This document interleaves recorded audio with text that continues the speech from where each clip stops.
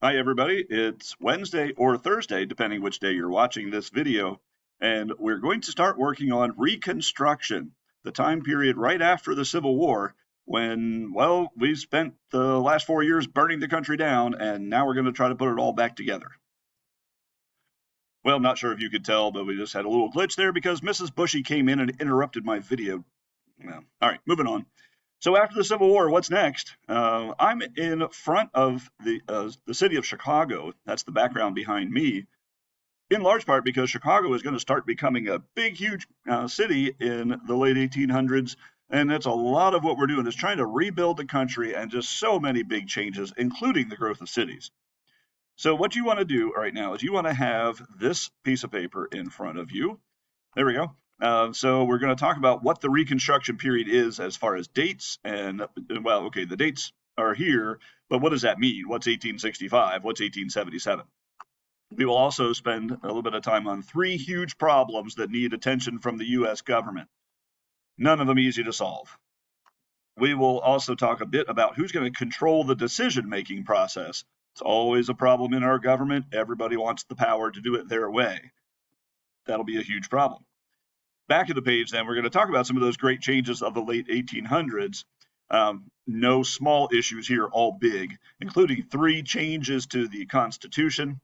Cattle drives and new transportation are going to change how Americans eat. Transcontinental Railroad will span the country from east to west. We'll have a second industrial revolution. Unfortunately, there is terrible corruption in the government. Labor unions are formed to protect workers in that second industrial revolution. And eventually, sports and leisure will have be a brand new part of American life. So let's talk about some of these things. What you see coming up in red on the screen is what goes in these blank areas. So you have a little bit of an idea of what we're learning about for the rest of our semester. So let's go with this first. What is the Reconstruction period? Well, those two dates that you have in your paper, 65 to 77, really look like this. The 1865 is after the Civil War, after we're done destroying the place, killing 620,000 of ourselves, but probably way more than that official number, all the physical damage and everything else.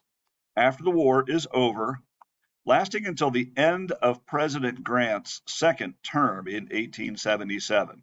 So about 12 years is what we consider the Reconstruction period. Make sure you go ahead and get those two things on your paper there in red. If you need to stop the video and catch up with that, great, you can do that. There are three really large issues that need to be dealt with, and none of these are easy to solve. So one of them, and this goes with the picture on your paper that has the states and things. Of course, on your picture, it's a lot smaller and it's black and white. But political reconstruction. What do we do with those 11 rebelling states? They claim to have withdrawn from the U.S. and formed their own country. Well, do you just let them back in the United States as if nothing ever happened? Or do they have to do some kind of punishment or some kind of loyalty or some kind of service or something? Well, that's one really big issue that we're going to need to deal with. How do you put the country back together? The North's point has all been about union. The United States needs to be preserved as one union, one United States. And, well, how do we go back to those days? Second thing, the physical reconstruction. There was an awful lot of war damage, especially in the South.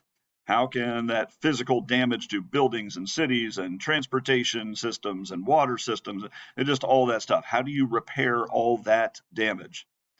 Maybe this is the easiest of them. With time and money, you can repair this stuff. It's different than the political reconstruction, or especially the one that comes next. We're still probably dealing with the next issue, number 3 issue on your page. What do we do with the approximately 4 million former slaves who are now free people? Well, it seems like we're still struggling for the equality issue in America. I'm sure you've heard the news.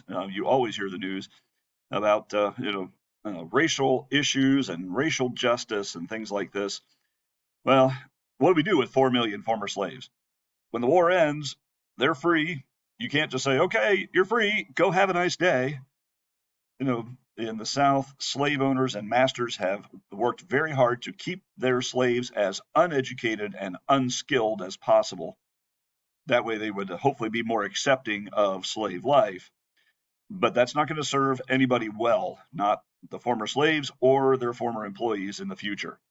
So the government's got to figure out a way how do we get people education? How do we give them a place to live? They don't have anywhere to live anymore. They don't have income. They don't have food. They don't have so many things. Well, what are we going to do with these roughly 4 million former slaves? All of those are really huge issues. And, well, the next issue is who's going to control the decision making? President Lincoln's idea, as we learned from surrender terms at the end of the war, is we want to forgive and forget. We want to move on. We don't want to damage, destroy, make things worse. Congress's strategy, though, is going to be punish the South. They caused this war. Those Southerners have caused us all kinds of problems. Congress wants to punish the South for the war. They have terrible disagreement between the two sides. The president and the executive branch saying, here's how we're going to reconstruct, and Congress saying, no, here's how we're going to reconstruct. Terrible disagreement. And we've done the Lincoln assassination story. Lincoln's death just confuses everything because now Lincoln's out of the picture. The vice president under Lincoln takes over. His name was Andrew Johnson. He was a Southern Democrat. And that just makes things way more confusing when there's pretty much everyone in Congress is a Northern Republican and the president is now a Southern Democrat. And they're not going to get along at all. It's just going to be a big, big mess. Now, we're going to turn over to the back of the page and let's add a few things about just the big social changes as well that we'll spend some time with over the remaining number of days of our class. 3 amendments are added to our Constitution. We often call these the Reconstruction Amendments. Slavery is abolished in the United States everywhere with the 13th Amendment. Please put this on your paper, Amendment number 13. Slavery is abolished in all of the United States. That was one of the official goals of the war after the Emancipation Proclamation. So that makes it legal that the Constitution has been changed, that slavery does not exist anymore. 14th Amendment guarantees equal protection of the law to all Americans, including former slaves.